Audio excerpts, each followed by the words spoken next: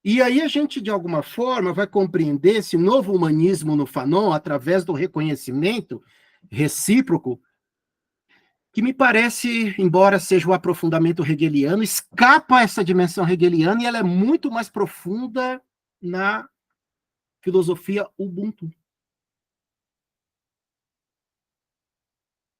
Então eu quis trazer aqui alguns aspectos. Tem mais coisas, mas eu não estou conseguindo aqui movimentar. Eu tinha feito para me movimentar categoricamente para chegar lá no fundo, na humanidade, do corpo, nessa triádica, né? Corpo, comunidade, humanidade e o ser. Ali. Só que eu acho que eu não apresentei aqui muito bem. Mas, em linhas gerais, seria esses pontos. Aí, assim, a Janaína tem ali algumas contribuições. Eu ia só comentar que se você parar de compartilhar e mover primeiro para depois compartilhar de novo, vai funcionar. A gente está vendo aqui a parte do corpo como interesa, aí a parte 2, né, pelo jeito. Aí o outro aspecto que você queria comentar, acho que seria o de baixo. Se você fechar o compartilhamento e mover o mouse, depois abrir, ele vai mostrar. Estava lutando com isso aí lá em casa hoje. Também não fui feliz na hora de compartilhar as coisas no Meet. Não sei por quê. Não sei se eles atualizaram alguma coisa. Agora está mostrando a parte 1, onde fechamento do artigo. Está movimentando? Não. Então, mas assim, em linhas gerais, assim, eu estava observando, né? Então,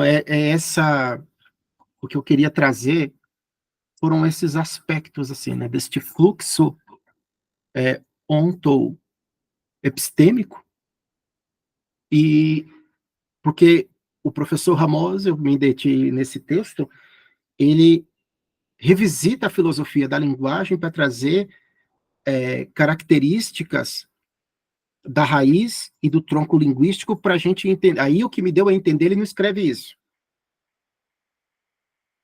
Mas aí parece, assim, aquela questão da filosofia da linguagem, onde essa questão da língua, ela está presa à linguagem, a filosofia, a gente pode falar para além da filosofia de um pensamento africano, que não tem como, ele fica delimitado num âmbito linguístico, mas tendo em vista que é um fluxo ontológico, é um ser, ele escapa, parece aquela coisa do Lacan, né, que a linguagem está dentro do desejo, o desejo, a vontade é a realização do desejo, mas que escapa, não é só uma questão de linguagem. E aqui, nele, para mim, deixou muito claro esse aspecto ali. Então, eu queria... Aí, se alguém quiser, caso alguém queira fazer uma contribuição, a Janaína, não sei se foi na linha que você... Eu agradeço muito, achei genial. Depois, por favor, compartilhe isso comigo. Você tocou em alguns pontos que eu não tinha pensado. Por isso que é legal fazer as coisas em comunidade. O seu comentário sobre a questão da língua, do idioma, me lembrou algo que está na introdução do livro do professor Fouquial, que ele fala assim: africanistas e todas as pessoas amantes da sabedoria africana, igualmente, devem, ele não coloca podem, devem se interessar pelo estudo das línguas africanas, a fim de evitar tendenciosos erros grosseiros de ontem. E aí ele se aprofunda na questão da necessidade de entender os idiomas, porque tem coisas que, de fato, esbarram na questão da tradução. Talvez um pouco da minha dificuldade de compreensão seja nesse sentido também. E, assim, não só eu, Janaína, mas nós, enquanto pessoas que falamos inicialmente outros idiomas, né? Não necessariamente línguas banto. Embora aqui no Brasil a gente fale português, como diria Lélia Gonzalez, não necessariamente português, que é o português que está entranhado, que está impregnado de significados, de regras linguísticas de idiomas africanos, de idiomas indígenas. Então, um pouco dessas coisas a gente guarda, e aí precisamos estudar para trazer à tona, né? Para a gente conseguir reconhecer. Mas, tecnicamente falando, o meu conhecimento sobre Banto é muito limitado, então, idiomas Banto, né? Então, estamos aqui aprendendo também. Tem comentários do Bruno e tem um comentário do... E vocês querem falar? É isso que eu ia dizer agora. Se alguém quiser fazer uma pergunta, assim, apresentar-se, fazer uma pergunta, fique à vontade.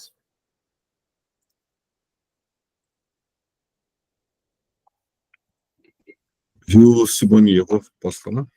Pode, claro. Primeiro, parabéns aí pela apresentação, né?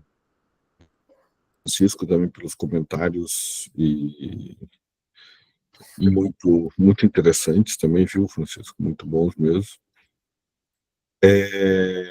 Eu tenho uma coisa ali que você falou sobre eu acho que uma boa reflexão filosófica sempre parte de uma perspectiva mesmo de um confronto, a maneira como a gente pensa, de pensar na oposição, né, no confronto, né, e você retomou ali uma perspectiva do Ramose, que é a diferença entre as noções de Umuntu e Ubuntu, né.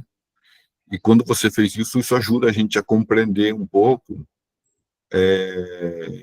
mais o Ubuntu, porque a gente sai de se usasse o vocabulário de uma filosofia ocidental, europeia, a gente sai de uma perspectiva solipsista, né, do eu no mundo, por uma perspectiva de uma filosofia da alteridade. E daí o Francisco, acho que ele comentou bem, uma ideia de que não tem uma separação entre uma ontologia e uma epistemologia, né? No seguinte sentido que o ser funda o conhecimento, o ser confunda o conhecimento, e esse conhecimento só se dá com o ser com. É como se eu pudesse, de uma certa maneira, pensar de uma diferença fundamental nessa relação que eu acho interessante caminhar. Tá? Então, gostei muito, assim, eu acho que é uma abordagem interessante e eu aprofundaria uma sugestão à discussão a partir dessa marcação dialética dessa oposição, ou que é tomada dessa tensão, na verdade, talvez nem seja uma oposição, mas entre essas duas designações.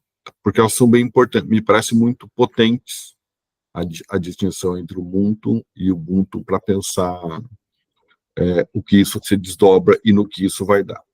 E daí talvez o desafio seja justamente a partir dessa discussão, dessa tensão, para onde a gente caminha numa reflexão, tá? E responde questões importantes de hoje. O tema aqui era o corpo, e eu fiquei pensando que tem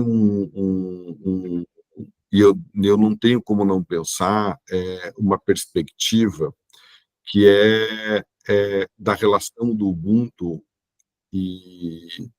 com a noção de carne, e talvez não com a noção de corpo, né? Porque o Ubuntu, como você bem disse, tem uma ideia de interconexão que é central, né? E está pensado numa perspectiva de que tem uma espécie de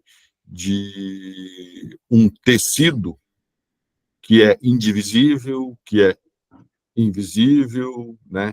Que não tem um corpo, mas que ele tem uma perspectiva muito carnal e que acolhe todas as relações e que forma e dá esse sentido de comunidade.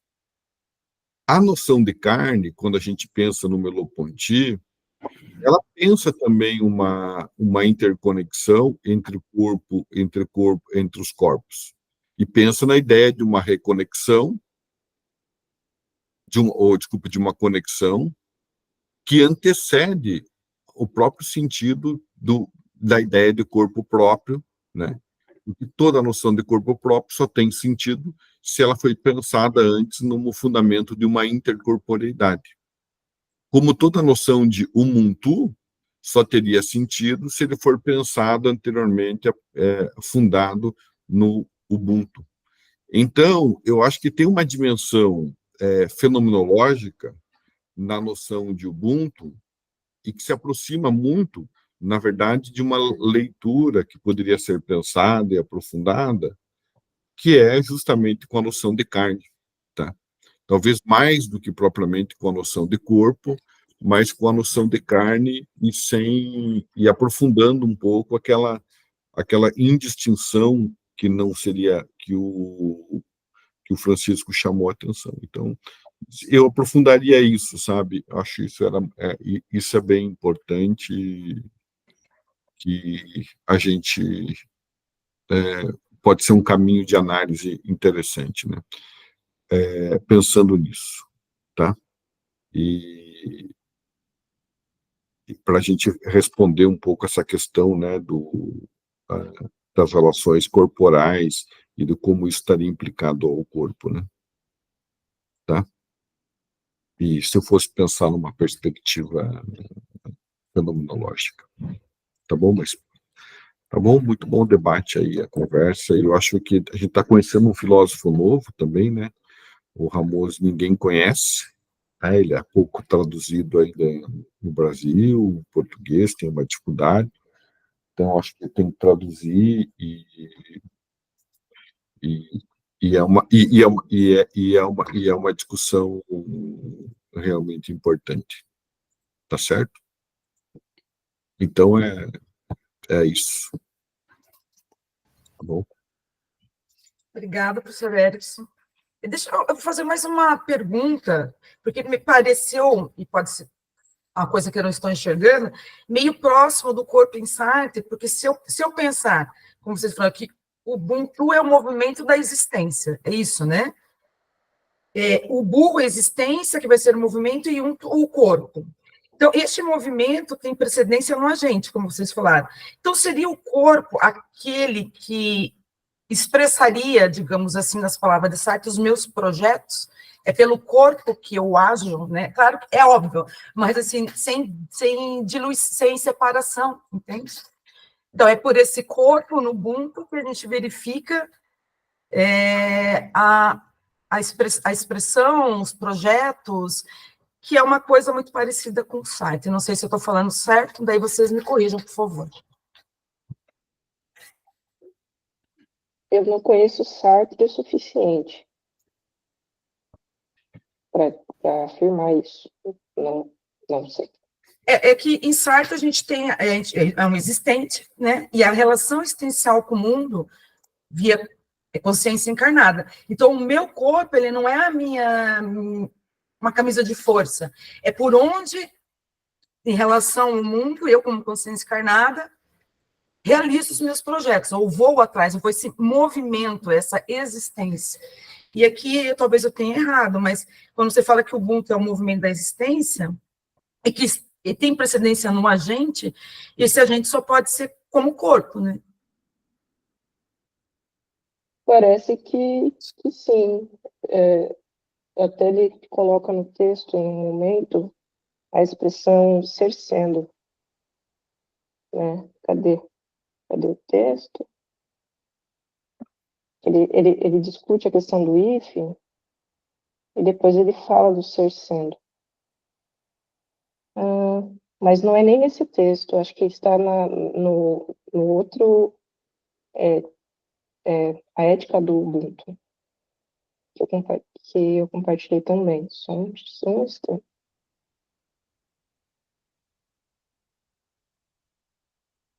Obviamente, agora não vai abrir nenhuma coisa nem outra. Aqui.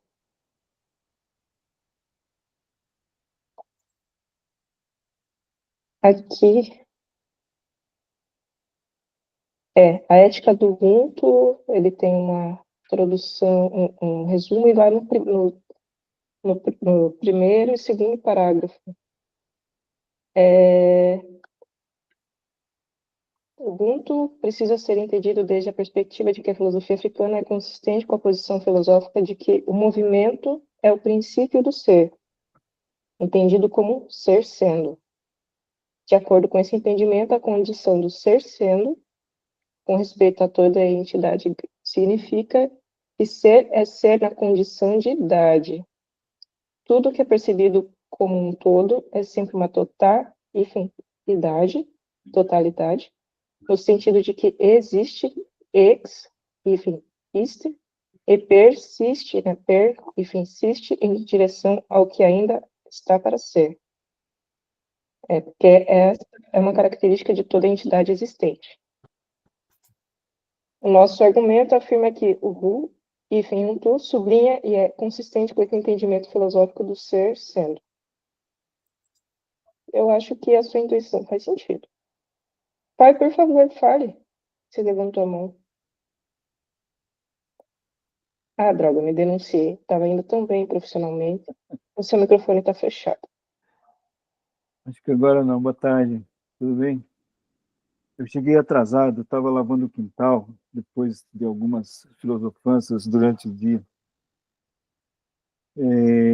Eu fico pensando que talvez o pressuposto para tomar essas percepções do ser, do modo como os africanos fazem, e o Ubuntu me parece que tem muito isso, bem do estilo africano, tem uma distinção grande com o modelo de origem grega, eu diria assim, que a gente opera muito numa perspectiva dualista.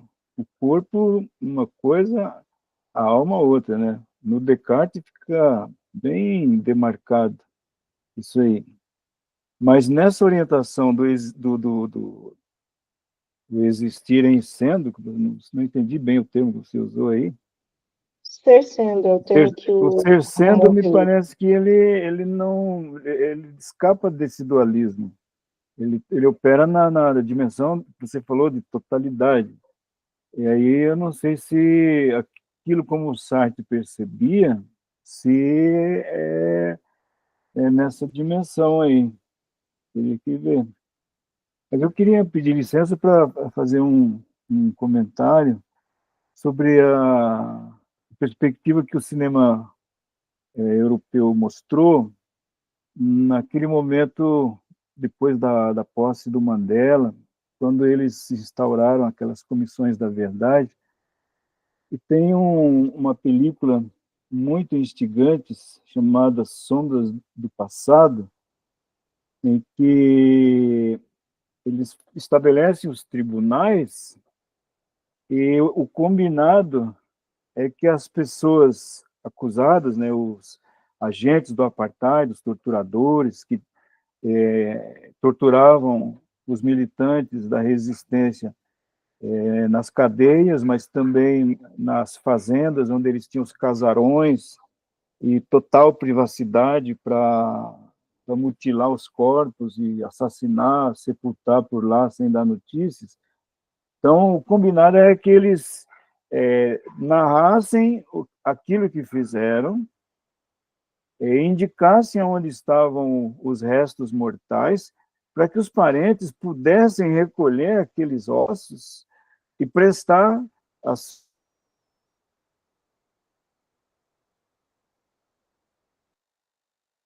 Professor, para mim. sem áudio. O seu microfone. O microfone tem vida própria.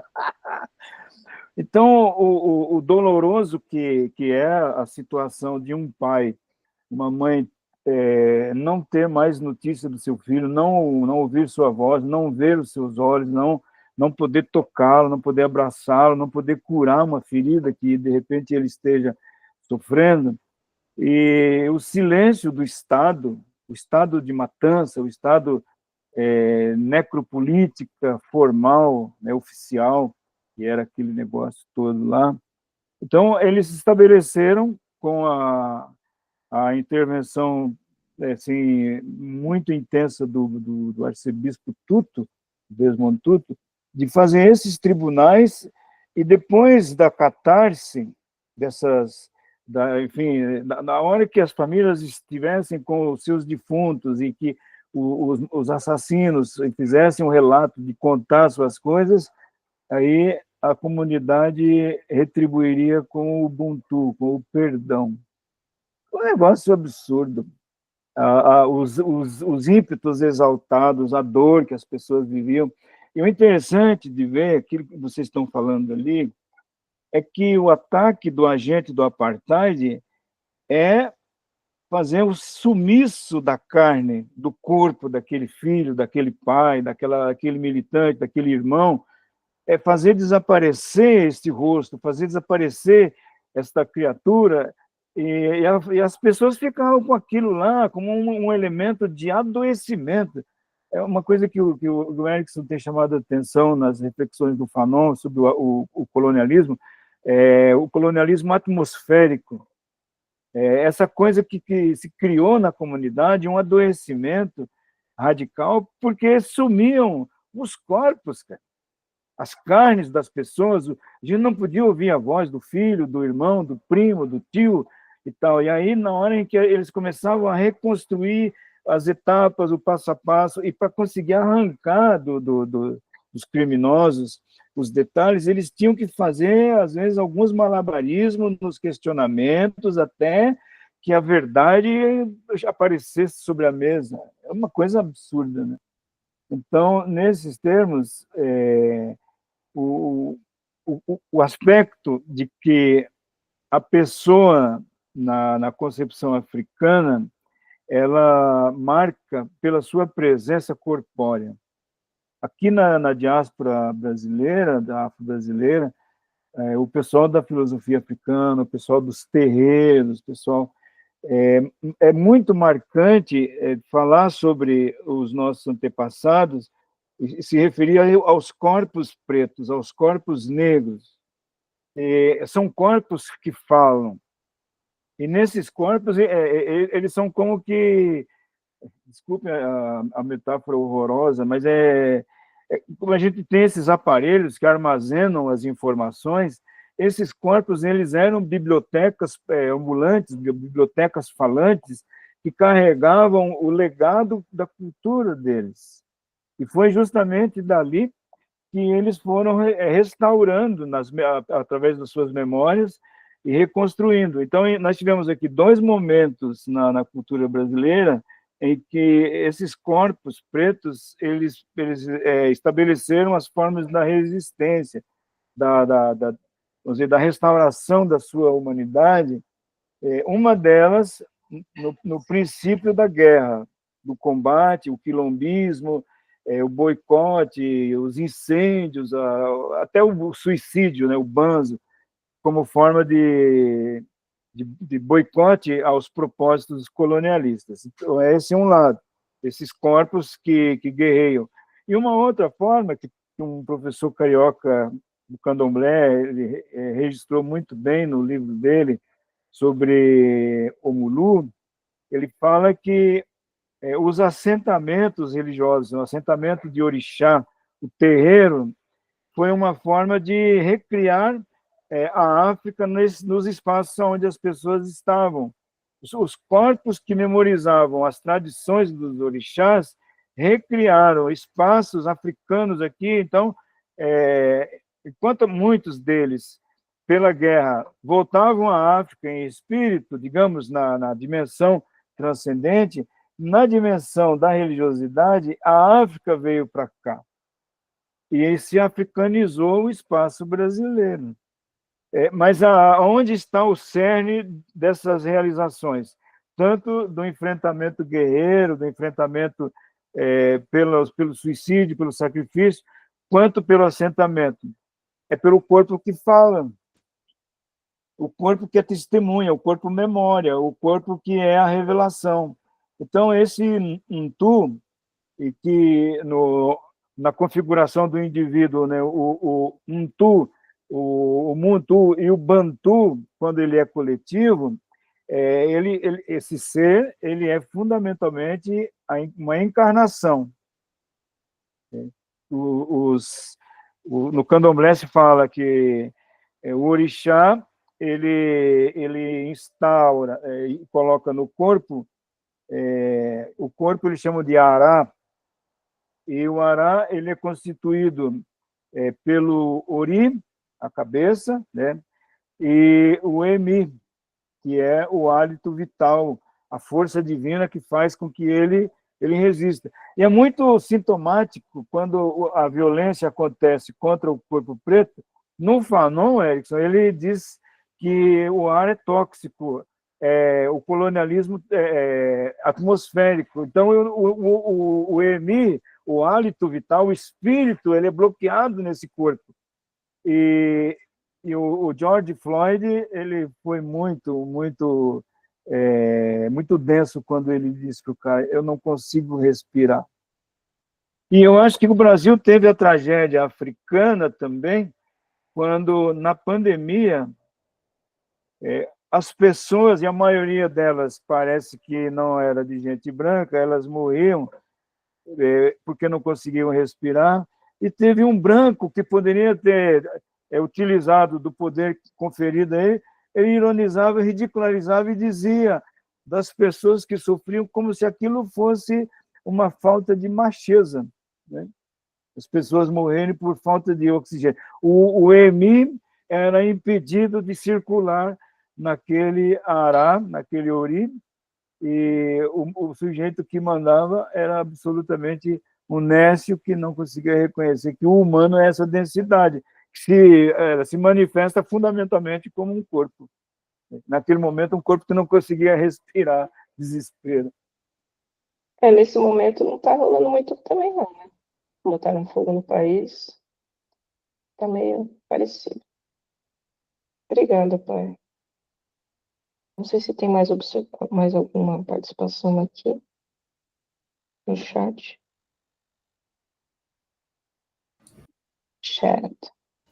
Eu acho que já foi falado o que estava ali no chat. Gente, alguém tem mais alguma colocação, uma pergunta, uma dúvida aí para tirar com os especialistas? Eu sou estudante. Eu assim, estou maravilhado aqui com as falas, mas em tudo que está dizendo, e olhando a Janaína preocupada com a questão das queimadas da natureza, recentemente foi noticiado o último indígena chamado Índio do Buraco, que ele viveu por mais de 30 anos sozinho na floresta aqui na reserva dos Parecis, e sendo monitorado por uma multidão de pessoas, e aí esse corpo dele sozinho na floresta, e falando, e depois se recolhia para um buraco para dormir, que foi encontrado na sua casa ali, morto nos últimos 2 anos, e que está uma briga grande para saber de quem é aquela terra, se é da União ou se é dos fazendeiros. As famílias deles foram todas dizimadas, porque estavam todos dentro do buraco, e os fazendeiros chegaram e prenderam ali o buraco, e matou todo mundo, e ele ficou fora. E era jovenzinho, viveu mais de 30 anos na floresta ali, então. E aí o corpo dele, por grande tempo, falou para a floresta, e ele sozinho conseguiu, meus cachorros, conseguiu encontrar os remédios para curar ele quando estava sentindo mal, alguma coisa, a alimentação dele. Ele conseguiu refazer uma grande construção sozinho, viveu 30 anos na floresta. E aí, olhando tudo isso, que a gente precisa do corpo, dessa conexão do outro para estar junto, para viver e para partilhar, esse cidadão, como é que a gente poderia pensar essa vida? Aí eu não sei, queria ajudar de vocês. Eu estou tentando lembrar o nome do colega que apresentou o trabalho na semana passada na nossa mesa. Ricardo. O Ricardo. Então, ele comentou sobre o índio do buraco. Ele comentou um aspecto que me chama a atenção, né? O aspecto que me chama a atenção, que é o fato de que ele fez uma série de rituais, enfim, colocou suas indumentárias e o significado daquilo só ele sabia e as pessoas que já tinham passado, né? Não, o resto do mundo não tem noção, não sabe.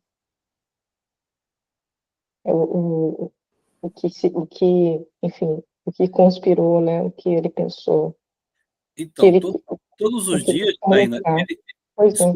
ele fazia muitos rituais na floresta e era acompanhado pelas pessoas que de longe viam o que ele estava fazendo. Ele deixava muitos sinais para as pessoas, né? Inclusive de árvore que ele usava como remédio, essas coisas todas. Agora, as pessoas não tiveram coragem ou não tiveram condições de chegar até ele, e ele realmente foi encontrado morto ali, né?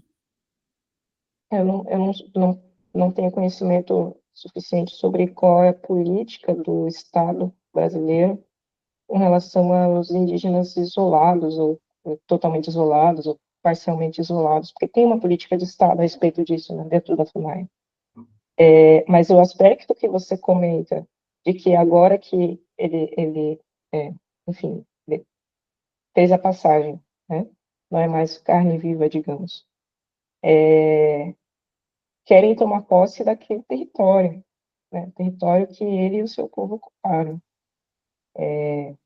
que é o espaço onde a vida era possível, né? Tem um comentário, eu não vou conseguir responder a tua pergunta, mas eu só recordei aqui do Nego Bispo, o Bispo dos Santos, acho que é isso, né? Que ele coloca no livro dele, esqueci o nome do livro, isso é injusto, depois eu posso mandar no grupo, inclusive. Ele coloca numa passagem que... Terra dá, terra quer? Terra da Terra quer, exatamente, estava mexendo nisso esses dias. Ele coloca que para o povo pobre do Brasil, qual é o espaço mais importante da casa? O quintal de quem mora no campo, ou quem mora na cidade é o quê? É a laje, porque é o espaço onde as pessoas podem se encontrar, se reunir. E aí ele faz uma crítica, eu acho muito interessante. A política do governo Lula, do Minha Casa Minha Vida, o que a Minha Casa Minha Vida faz? Faz casas que não tem quintal e que não tem laje. Então, não tem espaço para a comunidade, digamos, para aquela família se reencontrar, se reunir, conviver, né? Só tem o dormitório, o comedor e tal, mas não tem um espaço de convivência. É muito interessante esse ponto, né? E aí volta para a questão do índio do buraco, né? Ele tinha todo um espaço, a floresta, e para ele tinha todos os significados do mundo, afinal de contas era onde estavam seus parentes, que já não mais encarnados, mas estavam ali, né? E agora que para a única pessoa para quem todo aquele espaço tinha um sentido para além do material, né? Faleceu, aí já querem, enfim, instrumentalizar, roubar o espaço. No caso. Uma coisa que me chamou a atenção, Marcos, nisso daí, e são dois pontos aqui que no professor Ramose ele traz. Quando ele traz a teoria do reconhecimento, a Jana falou até no início, mas aqui eu gostaria de parafrasear, então ele diz assim, para significar que ser humano é afirmar sua humanidade por reconhecimento da humanidade de outros. É aqui um elemento importante, esse outros, porque esse outros, aqui na visão do professor Ramose, evoca, olha que interessante, um pensamento, uma filosofia que ele vai chamar de natureza reomodal, que é o que é o reomodal? Eu fui atrás dessa palavra, da origem, é uma palavra que vem do mundo do negócio, onde se reestrutura e se modifica. Mas ele está trabalhando aqui dentro de uma filosofia onde tem as modificações, e essas modificações, isso é muito interessante, elas não fragmentam, como diz ele vai falar no interior do texto, como se o ser fosse jogado em pedaços, né?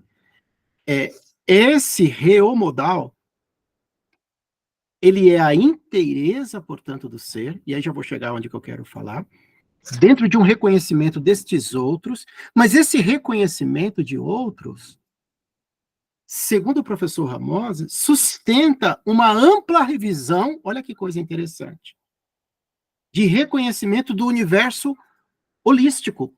Então, o que eu quero chegar aqui é que na filosofia do professor, nessa análise do professor Ramose, lembrando aquele início lá que, para ele, a filosofia africana, Ubuntu, ela não é uma ontologia e uma epistemologia, mas é um fluxo contínuo, sempre.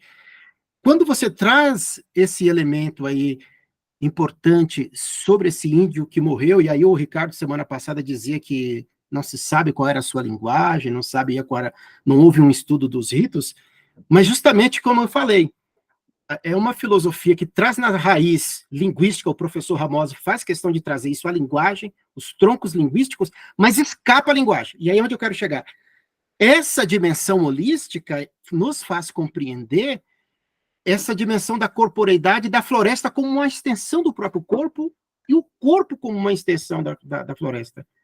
E aqui a beleza, porque sai daquele movimento antropocêntrico, isso é muito legal, e traz aqui toda a dimensão do ser. Mas esse ser também, até ele amplia o conceito fanoniano, que o fanoniano é o reconhecimento do outro, né? Ele diz é desses outros, porque é um remodal. Você tem as modificações, mas essas modificações não é uma ontologia e uma epistemologia. Ela se dá do próprio movimento do ser. Uhum. Genial. E tá, aqui eu termino, aí também a inteireza, esse é um tema que é muito caro na fenomenologia de Wittgenstein, ela tem um trabalho muito interessante, eu revisitei essa semana, mas é também um revisitar antropocêntrico. Ela não é antropocêntrica. Mas aqui dele, essa inteireza que a gente entende dentro do corpo humano, ela escapa. Ela é holística. Ela é holística. E talvez seja por isso uma provocação que esse índio morreu e colocou uma interrogação de que essa humanidade dele escapa aos próprios ritos, escapa à própria linguagem, e que aí vai ficar aquela provocação da gente de entender, sem necessário fazer uma analítica de estudo.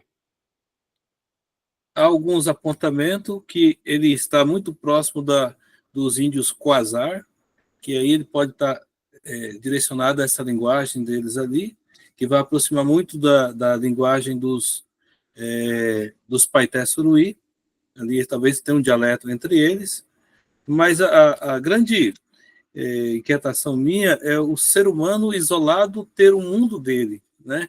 E aqui nós estamos falando de pessoas que precisam do outro para grandes conexões da vida ou para grandes questões éticas, questões sociais, para se relacionar. A Janaína falou um negócio muito interessante. Todo mundo é um produto social. Que produto social que essa pessoa aparece ali para esse entendimento? Né? Eu falei isso. A Gabriele mandou um comentário aqui, ela está participando pela primeira vez, tem uma dúvida. Por favor, abre o microfone se você puder. Ou se você se sentir mais à vontade escrevendo, para a gente ver. Boa noite, pessoal. Eu não ia falar aqui muito para não atrapalhar o raciocínio de vocês aí, era só mais uma dúvida mesmo. Estou participando aqui pela primeira vez. A bibliografia da nossa conversa, de como vocês vão trazendo o estudo, não sei se vocês já falaram também, mas vocês disponibilizam, vocês colocam no grupo eventualmente? Como que funciona? Gabriele, já está lá no grupo do Feno, não sei se você está no nosso grupo lá no WhatsApp. Estou, talvez não tenha chego aqui, eu vou dar uma checada. Vocês colocam sempre nas reuniões assim? Porque tem dois grupos, Gabriele, um antigo, do grupo Feno, que foi silenciado o grupo, agora a gente tem um outro grupo dos nossos estudos do Feno. Então, precisa ver que grupo que você está, e daí eu posso te passar como que é o QR Code, você entra no novo grupo. Então, seria bom você ver qual o grupo que você está aí, por favor. Perfeito, Simone. Eu acredito que eu estou no grupo atual. Vou dar uma olhadinha ali, uma checada, para ver se eu consigo acessar a bibliografia do dos estudos aí. Mas muito obrigada, gente. Imagina, obrigada a você. Gente, alguém quer falar mais alguma coisa, né? Sugar aí da cabeça deles aí o que eles conhecem. Pensei em várias coisas, mas nada para somar nesse momento. Tenho reflexões para fazer para depois. Nesse momento não consigo pensar nada para somar. Eu peço desculpa, de repente eu saí um pouco fora da linha de raciocínio. Não, pelo Uma coisa contrário. bem bacana ali, a gente traz com outro contexto, porque a gente tem a vivência meio muito próximo dessas realidades, e daí tem que trazer para a questão, né? Eu tenho a impressão que as filosofias africanas e indígenas, elas convergem, ou como diria Nego Bispo, elas confluem muito. Inclusive, talvez Nego Bispo seja um autor interessante para o seu trabalho, porque você vai estar fazendo esse diálogo, né, falando com os povos indígenas daí. Antônio escreveu uma mensagem. Vai ler, Janaína? Posso ler. Tá. Antônio escreveu: só queria confirmar, em relação à carne, podemos entender o português e o inglês vernáculo afro-americano como linguagem encarnada da cultura afro? Você diz o Black English? Olha, eu acho que sim. Eu suspeito que sim. Até não sei aqui se isso teria valor científico nesse momento, eu acho que não. Eu gosto muito de ouvir pessoas das comunidades pretas dos Estados Unidos falando em inglês. Eu sinto muito próximo, embora tenha a diferença do que a gente aprende na escola de inglês e tal. Eu sinto muita proximidade com o modo de falar, de se expressar dos meus parentes. E, enfim, é outro idioma, né? Não é português, é Black English, mas faz sentido para mim. Agora, eu não posso afirmar isso, eu não sou uma estudiosa do tema. Linguagem encarnada da cultura afro. Talvez. Suspeito. Suspeito que sim, mas não posso afirmar.